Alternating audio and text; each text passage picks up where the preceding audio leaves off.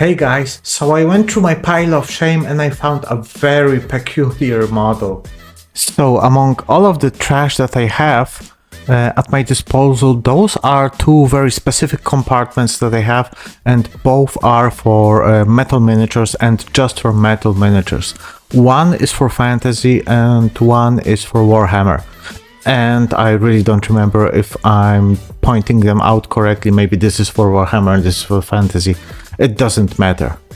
So as you can see, among all of the trash that I have here, there are even some bits here. We have some Bretonia models. We have a Nurgle something. I don't remember what's the name of this guy. And then we have some Lord of the Rings models, also metal models. And then we also have some very cool and very nicely painted, oh, something broke off. Vampire Counts models. You can see I have a lot of models here. I even have the Slaneshi Rider here, but I found this guy. And my first reaction was more or less like this.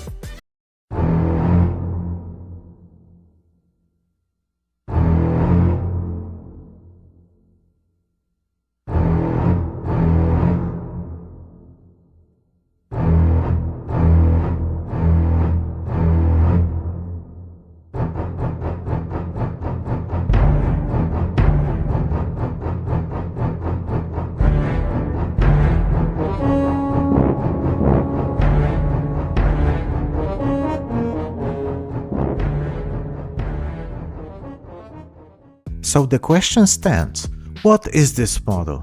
I had to find out. So my first lead was googling Orc Shaman. Of course you have to add Warhammer because then you're gonna get very different various results. And then just going by the pictures I found directly, very quickly, the model I was looking for. Scrolling a little bit down, I fell into the lead where I could search for more and more models, and then I found Quest Orc Shaman. This was something a bit more that I could add to my search. A lot of pictures of the model, and as it turned out, it is a Hero Quest model, Warhammer Quest. So as you can see in this photo on the back side, so I think this is the back side of the Hero Quest box, maybe it's the manual, who knows. The description states: Scabnews the Orc Shaman, Lair of the Orc Lord, was the first adventure pack for Warhammer Quest. It adds new monsters, events, and best of all, 3 new board sections. Alright, that is enough info for me.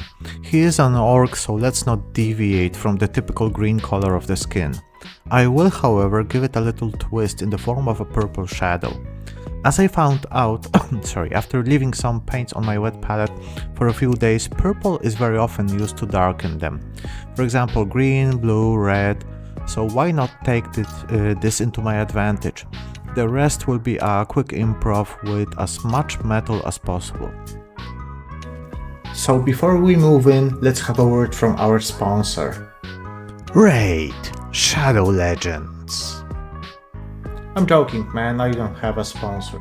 But it would be very helpful if you could look at my channel and subscribe. Yes, this is the subscribe button.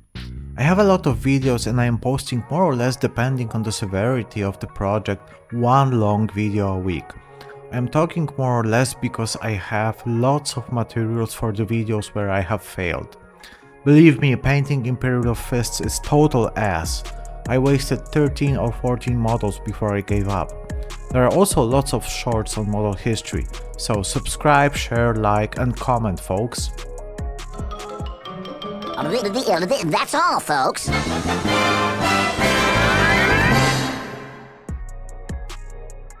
The first thing, as always, was prepping the model. Yes, he is metal, that's true, but that does not mean that we cannot soften him a little bit with some sanding materials. Just remember to not overdo it. A very big grid in this case was used, 1200 and then even more. So how much do you ask? It's over 9,000! 9,000?! There's no way that can be right! It can't! Well, it wasn't that much of course, but if I remember correctly 2500 was the last one I used. After the model was sanded and stuck on the base, I primed him black. Stynel Res is my primer of choice. I use an airbrush with a 0.2 needle so it clogs like hell, but this primer gives a nice matte smooth finish and it gives me better results than other primers. If you have any recommendations, please leave a comment. After priming, I sprayed him with Abaddon Black. This paint has very low pigmentation and is generally very bad, and has a bad reputation. Get to know your tools, my friends. It is perfect for base coating if you want to see the light reflections because it is satin. Secondly, due to the low pigmentation, it is perfect for mixing with other paints. It tints them just a little bit, not like the other black ones. If the satin finish doesn't suit you, then put a little bit of matte varnish into it and it's ready. After giving him a black coat, I started with the skin. As you can see on my palette, I had 5 paints ready plus a black one. Afterwards I also added a yellow for the biggest highlights. The drill here was to start with purple and then go down by mixing purple with the next paint. Use this mix on a smaller area, then go to the next paint on the palette, and so on and so on. I omitted the middle green because it was too dull and I wanted to have a bright lively color on his skin. I am no expert in painting flesh. There are some nuances on how to do that. Squidmar, for example, has a few wonderful videos on this topic. Please see his channel if you haven't done that already. There was no softening or blending here. It was just putting more brighter paint to all of the raised areas. This works most of the time. The only thing that I did at the end is I made a very thin glaze of the brightest paint, and I glazed over all of the skin to maybe blend it a little bit more than I would like it to. I asked some people on what to do with the bat thing on his head. The responses were really funny but very legit at the same time. Make it purple, he will be sneaky. Make it red, he will be faster. Okie dokie, we can mix both of these colors into something that makes sense. I started with the purple, leaving the deepest shadows black, and then mixed it with the red for the highlights on some of the areas. Then I moved into the red directly. And then I mixed it with a little bit of yellow for a few small spots. Contrast, as always, is king here.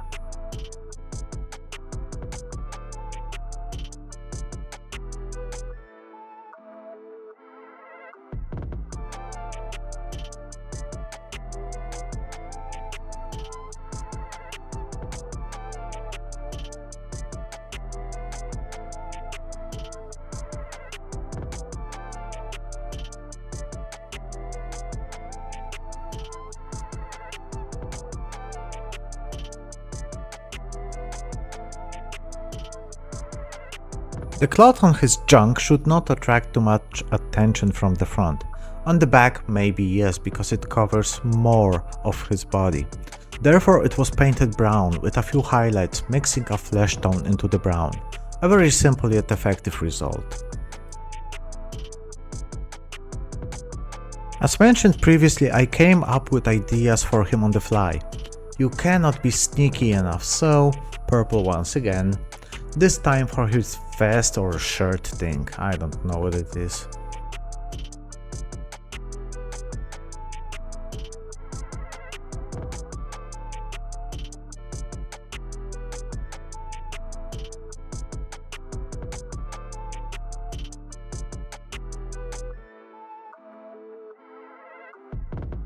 As the skulls were supposed to be a part of some fluorescent effect later, they had to be light in the color. 3 paints were used here.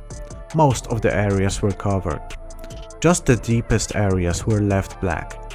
Remember that if you don't see it or can't reach it, it probably should stay dark. Ah yes, the gold NMM. For some reason I forgot to click record. I just have the materials for the bracelet on his arm.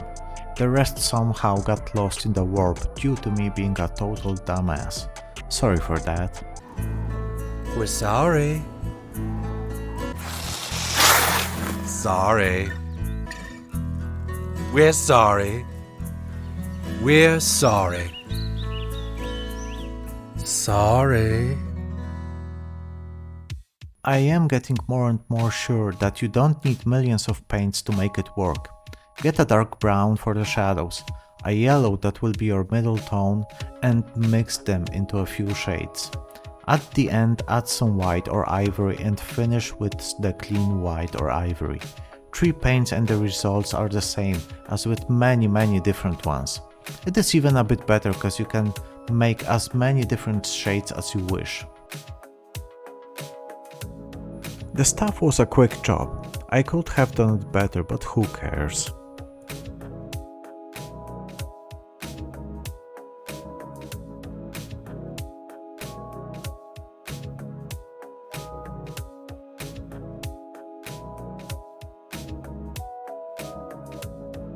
He is in my eyes a veteran of many years of battles.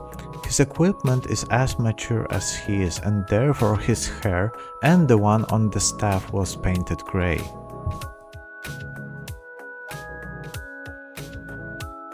The inner part of the sword doesn't have to get a metallic sheen.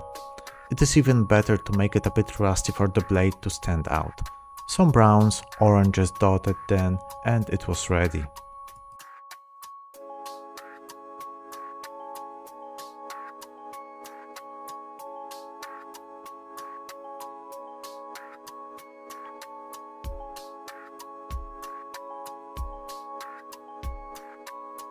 I was struggling a bit with the blade of the sword.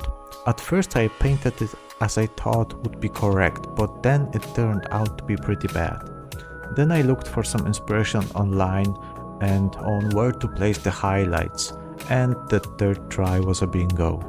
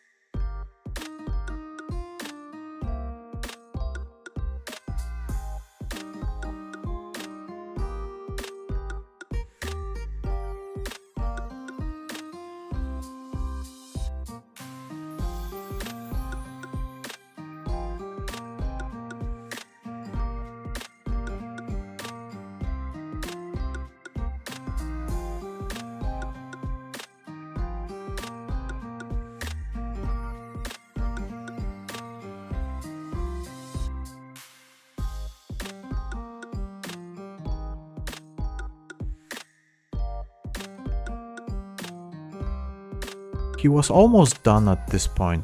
As you can see, it is starting to make more and more sense. The small details, as always, make the miniature into a coherent model and bind everything together.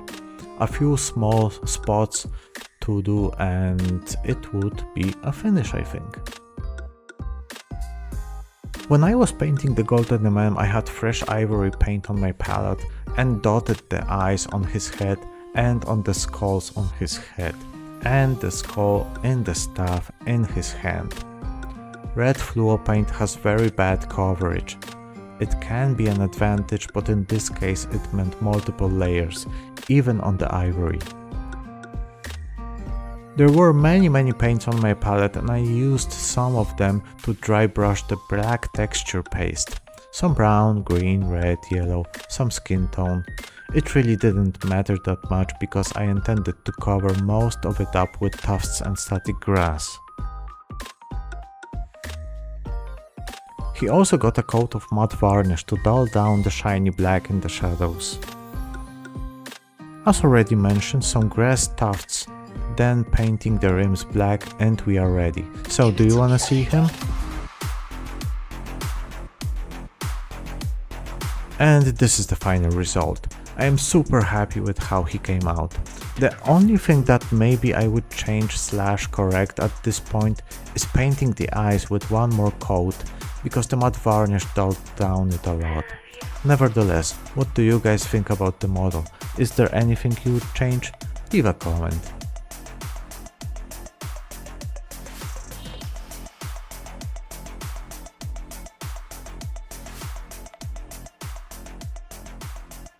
And don't forget to share, like and subscribe, and see you in the next video.